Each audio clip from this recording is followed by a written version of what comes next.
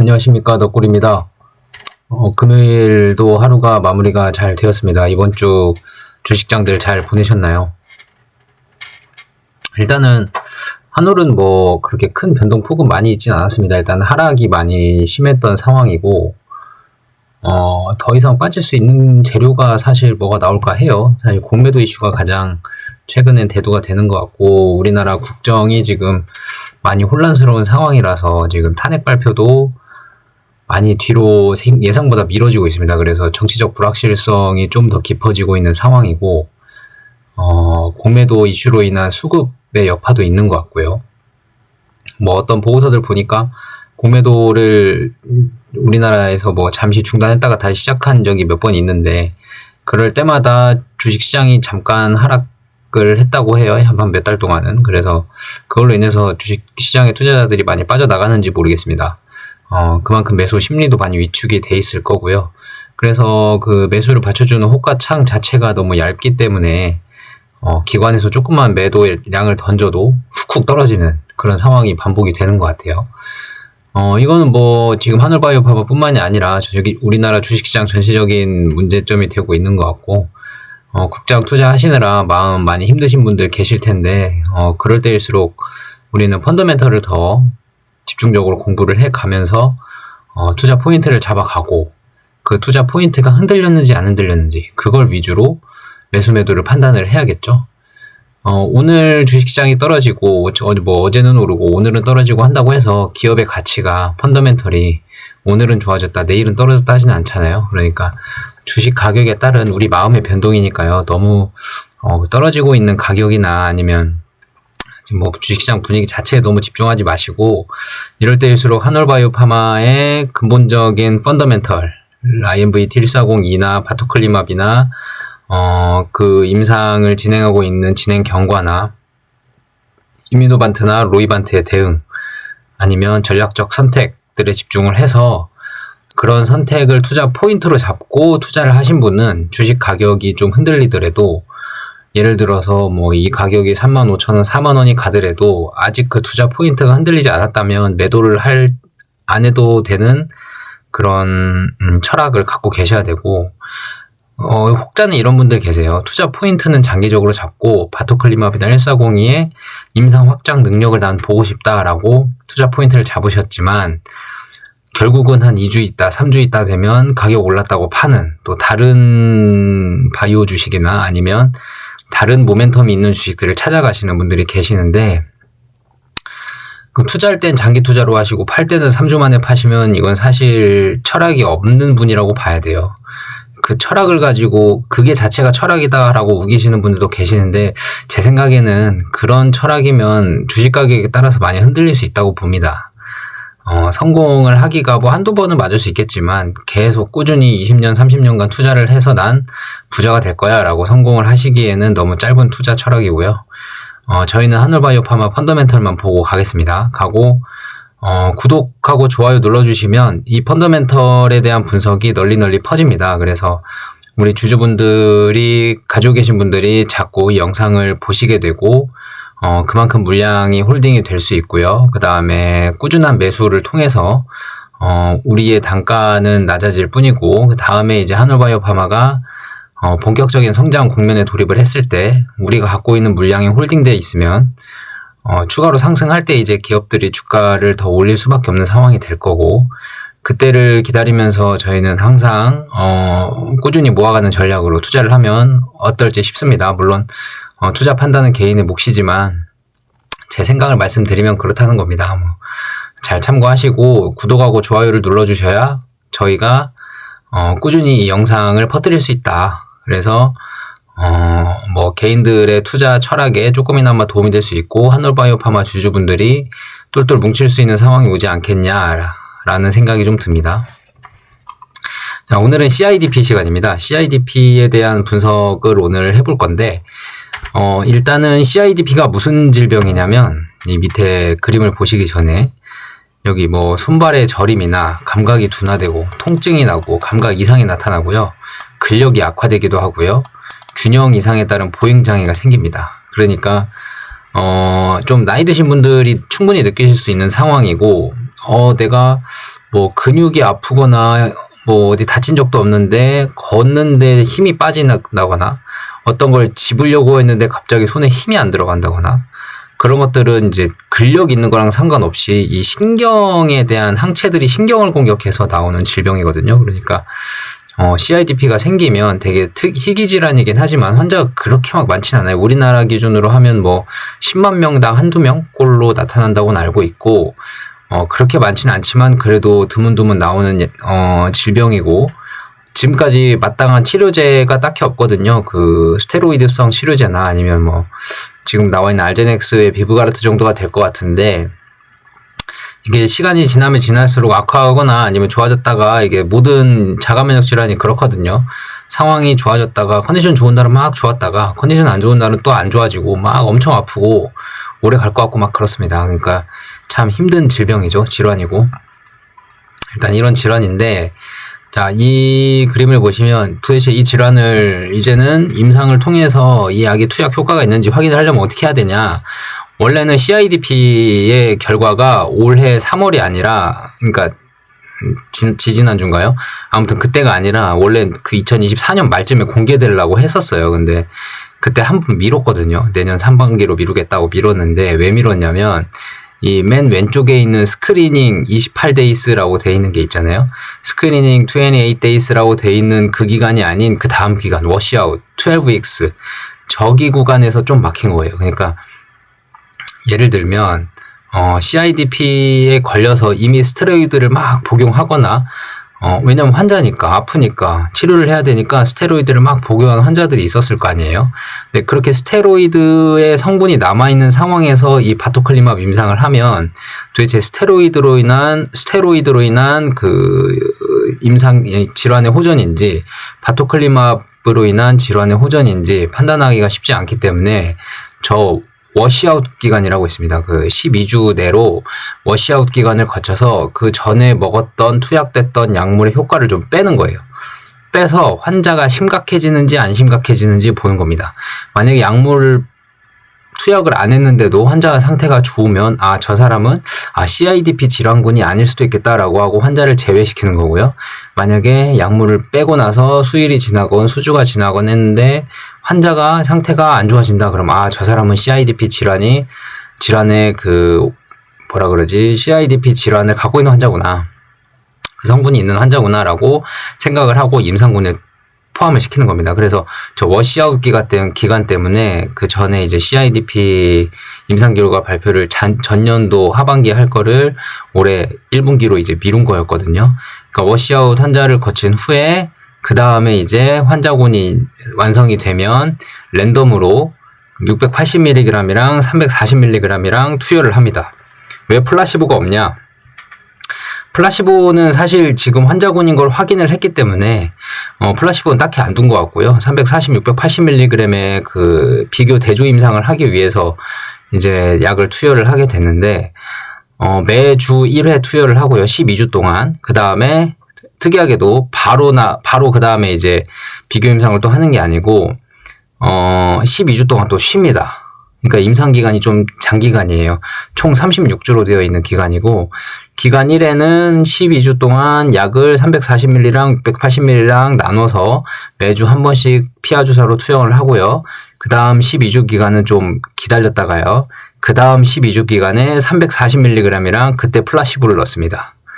이런 식으로 해서 임상을 진행을 하게 되는데 이번에 발표된 거는 기간 1에 대한 결과예요. 340과 680mg을 둘을 넣었을 때의 환자군의 차이를 본 겁니다. 임상 설계를 살펴보면 워시아웃, 기존에 치료를 받던 약물의 효과를 최대한 없애고 임상을 진행하기 위한 워시아웃 기간을 위해서 약물 투약 전 12주 동안 환자가 진행하던 본인의 치료를 중단하고 증상이 악화되는 시기가 필요했다.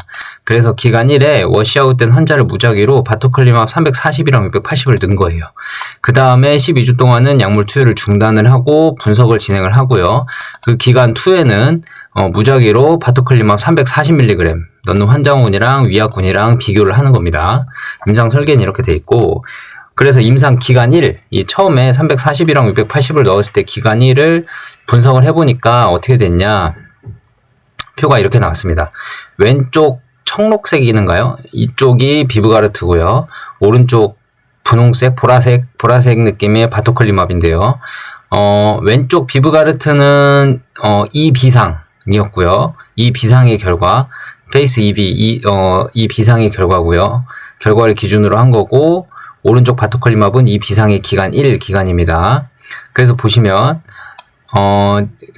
점수 개선 대비 2배 효과가 있었다. 그러니까 0.9에서 1.8이잖아요, 감소가. 이게 인캣, INCAT라는 인캣 스코어 점수인데, 인캣 점수가 뭔지를 좀 아셔야 되잖아요, 그죠? 왜 이렇게 2배 효과가, 마이너스가 2배 나니까 2배의 효과라고 했는지, 도대체 인캣 점수가 어떻게 구성이 되어 있는지를 보셔야 바토클리맙이 좋구나라고 생각을 하실 겁니다. 그리고 오른쪽을 보시면 이 바토클리맙 마이너스 1.8이 340이랑 680이랑 따로 한 건 아니고요. 340 환자군이랑 680 환자군을 랜덤에서 투약을 했기 때문에 둘이 합산한 결과의 평균치 값입니다. 그러니까 마이너스 1.8이 680ml 넣었을 때입니다. 340ml 넣었을 때입니다. 이게 아니고 340이랑 680을 환자군들을 다 해보니까, 점수를 다 매겨보니까 마이너스 1.8점이 나오더라. 이렇게 된 겁니다. 그래서 바토클리맙 환자는 340mg을 투여한 환자군이랑 680mg 투여한 환자군의 개선 점수들의 혼합으로 각각 투여량별로 개선 수치를 비교한 것은 아니다. 혼합으로 한 거지 각각 투여량별로 한 건 아닙니다. 3상을 진행을 해봐야 알겠지만 이상 데이터를 보면 2배 차이가 나잖아요. 그죠? 이 2배 차이라는 게 환자 입장에서는 상당히 큰 거라고 느낄 수 있어요. 그러니까 일단 인캣 점수가 뭐길래 도대체 2배 차이가 크냐라고 볼 수 있는데, 이 만성 염증성 탈수초성 신경병증 CIDP, 이름도 길죠. CIDP에서 인캣 점수란 뭐냐, 이 CIDP에서 염증성 신경병증의 원인과 치료를 연구하는 그룹으로 CIDP 질환의 평가 도구로 사용을 많이 합니다. 특히 인캣 장애 점수를 통해서 환자의 신경학정이 아니라 신경학적 장애 정도를 측정을 하는데, 상지 기능과 하지 기능의 점수로 나눠져 있어요. 그래서 상지 기능, 팔의 움직임과 일상생활에서 사용 능력을 0점에서 5점 사이로 평가를 하는데, 저희가 다들 비장애인분들은 다 0점이겠죠. 장애가 없으면. 근데 좀 장애가 있으신 분들은 5점, 팔을 전혀 사용할 수가 없는 상황이 5점입니다. 근육이 많이 이제 힘이 안 들어가는 거죠. 다음에 하지 기능도 마찬가지입니다. 다리의 움직임이나 보행 능력을 평가하는데 0점은 장애가 없는 수준이고 5점은 보행이 불가능한 수준입니다. 그래서 총 점수는 상지 기능과 하지 기능 합해서 10점까지로 계산이 되고, 간단하면서도 객관적으로 환자의 상태를 수치할 수 있어서 CIDP에서 널리 사용되고 있습니다.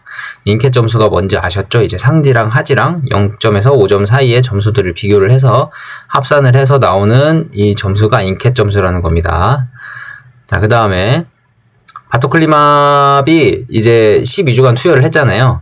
12주간 투여를 했을 때 IgG 감소 농도가 깊은 환자가 있을 거고 안 깊은 환자가 있을 거예요. 그죠? 그래서 그거를 IgG 감소 농도에 따라서 인캣 점수 반응이 얼마나 되는지, 그러니까 12주째에서 인캣 점수의 반응 비율을 한번 나타내 본 거, IgG 감소 농도에 따라서. 그래서 한번 보시면 IgG가 70% 이하일 때는 44%의 사람들의 반응이 있었고요. IgG가 70% 이상일 때는 84%나 올라갔습니다. 그러니까 이게 바토클리맙 이뮤노반트가 지금 하려고 하는 게 바토클리맙 IgG 감소에 따른 효과를 이 70% 선을 기준으로 한 거예요. 그러니까 70% 이하에는 얼마의 반응을 했냐, 70% 이상에서는 얼마나 반응을 하냐, 이걸 나타내는 건데, 왜 기준이 딱 70%냐라고 생각을 한번 보면, 이유를 보면 그레이브스병에서도 그랬고 바토클리맙도 마찬가지고 1402가 600mg 정도를 1402를 600mg 정도를 투여를 하잖아요. 그러면 IgG를 70% 이상 정도는 다 평균적으로 감소를 시켜요. 이 바토클리맙도 그랬죠. 바토클리맙도 뭐 최대 80몇 %까지도 있지만 그 대략 한 70% 중반대를 감소시킨단 말이에요. 그게 1402의 600mg 투여랑 똑같은 효과이기 때문에 70% 이상을 감소를 시키고, 근데 다른 FcRn 저해제들, 비브가르트나 뭐 니포칼리맙이나 이런 애들은 바토클리맙 340mg 넣었을 때처럼 대부분 IgG 감소율이 70% 미만이에요. 그래서 다른 약물이랑 효능을 비교하기에는 70% 기준이 딱 적점이 될 수 있다. 그러니까 니포칼리맙이나 비브가르트는 아무리 잘 나와도 70% 이상 넘어간 환자가 거의 대부분 없는데 이뮤노반트의 바토클리맙 680ml나 140이 600mg은 대부분 70을 넘기 때문에 그 70을 넘는 것과 안 넘는 거의 차이를 비교를 하면 다른 경쟁 약물 대비 고용량 투여를 했을 때 우리 효과가 더 좋다 라는 걸 비교를 할 수 있을 거 아니에요, 그죠? 그래서 70%라는 기준을 잡은 거고, 여기 보시면 IgG가 70% 이하로 감소한 환자 중에서 인캣 점수가 개선한 반응 환자는 44%예요. 근데 70% 이상 IgG가 감소한 환자는 84% 반응으로 70% 이상의 IgG 감소를 나타낸 환자들의 반응률이 급격히 상승을 한다. 그 말은 MG처럼 비브가르트와 바토클리맙 340mg이 서로 비슷한 효과를 낸다고 비교한 임상은 아니지만 그래도 IgG 감소 정도에 따라서 인캣 개선 점수가 IgG 70% 감소를 기준으로 반응률이 확 올라간다는 객관적인 사실은 주목할 만한 임상 결과가 아니겠냐라고 생각을 하는 겁니다. 그러니까 70%를 기준으로 하는 게 참 이게 경쟁력이 있다고 보는 게 바토클리맙이나 비브가르트는 넘볼 수 없는 시장들을 넘볼 수 있거든요. 예를 들면 그레이브스병 같은 경우도 나중에 한번 데이터를 같이 볼 날이 있겠지만 올해 7월 달에 이제 그레이브스병 임상 후기 데이터가 또 나올 게 있으니까요. 그때 한번 보시면 되겠지만 이 70%라는 기준 때문에 비브가르트랑 바토클리맙은 비브가르트나 니포칼리맙은 진입을 못하는 시장이 많아요. 류마티스도 그럴 수 있는 상황이 굉장히 크고 그레이브스병도 그렇고 TED도 아마 올해 하반기에 발표가 나겠지만 TED도 이 70% 기준 이상으로 하면 그레이브스병이랑 비슷한 그 그레이브스병 안에 TED 질환이 있는 거거든요. 그러니까 상당히 70% 기준으로 유명한 결과가 나올 것 같고 경쟁력이 상당히 높은 게 이 70% 기준입니다. 사실 지금 그 바이오헤븐에서 임상하고 있는 IgG 디그레이더 약물이 있는데 BHV1300이라고 그 약물은 80몇 %를 감소를 하는데 이게 IgG도 감소를 시키는데 IgG도 종류가 그 순서에 따라서도 4개로 나눠지고 막 그러거든요. 근데 걔네 약물은 뭐 IgG3인가를 감소를 안 한다고 해서 뭐 다른 면역 질환에는 상관이 없다고는 하는데 그게 상관이 있을 수밖에 없는 게 뭐 IgG1하고 IgG3하고는 거의 이 상호 교차적인 관계에 있기 때문에 IgG3 감소 안 한다 그래서 뭐 IgG1만 감소를 하냐 뭐 그런 것도 아닌 것 같더라고요. 그러니까 그런 논문을 좀 봐보면 그 바이오헤븐에서 하는 TPD가 그 IgG 디그레이더가 그게 IgG를 하도 많이 감소시킨다고 해서 질환이 다 좋냐 뭐 그런 건 아닌 것 같아요. 뭐 임상 결과 질환에 따라서 또 다를 수도 있고 그리고 이뮤노반트 CEO가 옛날에 한번 과거에 그 기사를 통해서 저도 봤는데 얘기를 한 게 그 TPD로 만든 단백질 분해제로 만든 IgG 디그레이더가 그게 IgG만 감소시키는 게 아니고 여러 다른 것들도 감소를 시켜서 이 컨트롤이 안 된다는 거예요. 이 많이 감소되는 건 좋은데 어떤 환자는 감소가 심하고 어떤 환자는 감소가 잘 안 되고 뭐 이런 것도 있고 그러니까 되게 비가역적으로 나눠봐요. 그래서 그 바이오헤븐과의 경쟁은 이제 뒤로 하고 바이오헤븐은 사실 우리랑 FcRn 저해제랑은 아예 원리 자체가 좀 다르고 바이오헤븐은 상당히 테크니컬한 기술적 문제가 나올 수 있는 상황이기 때문에 바이오헤븐은 좀 뒤로 하고요. 비브가르트랑 니포칼리맙만 보면 이 IgG 70%라는 기준이 상당히 넘사벽이 될 수 있는 기준이 될 수 있다 라고 저는 판단을 하고 있습니다. 그래서 또 다른 데이터를 제시를 한 게 이제 3가지의 그 지표를 한번 측정을 해봤는데요. 이것 또한 비브가르트와 바토클리맙의 비교 도표입니다. 보시면 이 첫 번째가 아이로즈라고 되어 있고 두 번째가 MRCSS, 그 다음에 세 번째가 그립 스트렝스인데 이 세 개가 도대체 무슨 지표인지 한번 볼게요. 이 세 개 처음에 아이로즈부터 보시면 염증성 신경병증 환자의 전반적인 장애 정도를 평가하기 위해 개발된 척도다. 특히 CIDP에 많이 쓰는 그 척도고요. 환자가 일상생활에서 경험하는 장애를 보다 정확하고 환자 중심적으로 평가. 환자 중심적으로 평가하면 주관적인 내용이 많이 들어가 있다 이 말입니다. 환자 중심적으로 평가하기 위해 만들어진 척도로 인캣 장애 점수보다 좀 더 세밀하게 포괄적으로 제공해요. 그러니까 인캣은 상지, 하지 나눠서 딱 2개밖에 없잖아요. 그죠? 그래서 뭐 0에서 10점 사이였는데 이거는 24개 항목으로 구성이 돼 있어요. 그래서 좀 더 세분화되어 있고요. 각 항목은 환자가 특정 활동, 뭐 걷기나 옷 입기, 물건 들기 이런 간단한 일상생활 있잖아요. 그런 것들을 수행하는데 어려움을 느끼는 정도를 평가를 하는 겁니다. 그래서 환자의 응답을 바탕으로 점수를 매겨지며 0점에서 100점까지의 범위로 계산이 됩니다. 인캣이랑의 차이는 주관적 경험을 더 잘 반영해요. 그래서 다양한 장애 수준을 세분화해서 판단을 할 수 있다 그 말입니다. 근데 이게 보시면 아이로즈 점수가 7.7에서 15.3으로 확 올라갔잖아요. 그죠? 그 말은 환자가 느끼는 정도가 상당히 뚜렷이 괜찮다. 그러니까 환자가 느끼는 정도가 상당히 개선되게 느껴진다. 뭐보다? 비브가르트보다. 그러니까 비브가르트 약물을 투여했을 때는 7.7점 정도 개선이 된 것 같습니다 라고 나왔던 게 바토클리맙 340mg이랑 680mg을 투여한 환자들을 혼합해보면 평균적으로 15.3점까지 개선이 됐다. 그 말은 거의 2배 가까이 되잖아요. 2배보다 0.1점이 모자란 상황인데 2배 가까이 환자가 더 괜찮아진다고 느낀다. 그러면 의사 입장에서는 보면 환자가 괜찮다니까 좋죠. 그죠? 의사들이 봤을 때 아무리 봐도 환자가 느끼는 게 제일 중요해요. 만약에 의사들이 아무리 100억 원짜리 약을 넣어도 환자가 저는 나아진 게 하나도 없어요 하면 그게 무슨 의미가 있겠습니까? 그죠? 아무리 몸 안에서의 변화가 있더라도 환자가 느끼는 정도가 중요한데 주관적인 점수만 보면 일단은 비브가르트보다 2배 정도 가까이 효과 차이가 났다라는 겁니다. 그 다음에 MRCSS 근력 등급 척도기를 기반으로 평가를 했고요. 개별 근육의 힘을 0에서 5점까지로 평가를 한다. 0점은 근육 움직임이 아예 없는 거, 1점은 미세한 근육 수축, 2점은 중력 없이 근육 움직임이 가능하고 3점은 중력에 저항해서 움직임을 할 수 있고요. 4점은 약간의 저항에 대응 가능한 정도고 5점은 정상적인 근력인데 이거는 보시면 보통 상지 근육과 하지 근육을 선택해서 각 근육 MRC 점수를 합산을 하게 되고요. 사용하는 근육군의 수에 따라서 다르지만 예를 들면 8개 근육, 상지 4개랑 하지 4개를 평가를 한다면 최대 점수는 40점. 모든 근육이 이제 5점씩 맞으면 여기 20점, 여기 20점에서 합이 40점까지 점수가 낮을수록 근력 저하가 심한 것을 의미하게 되고요.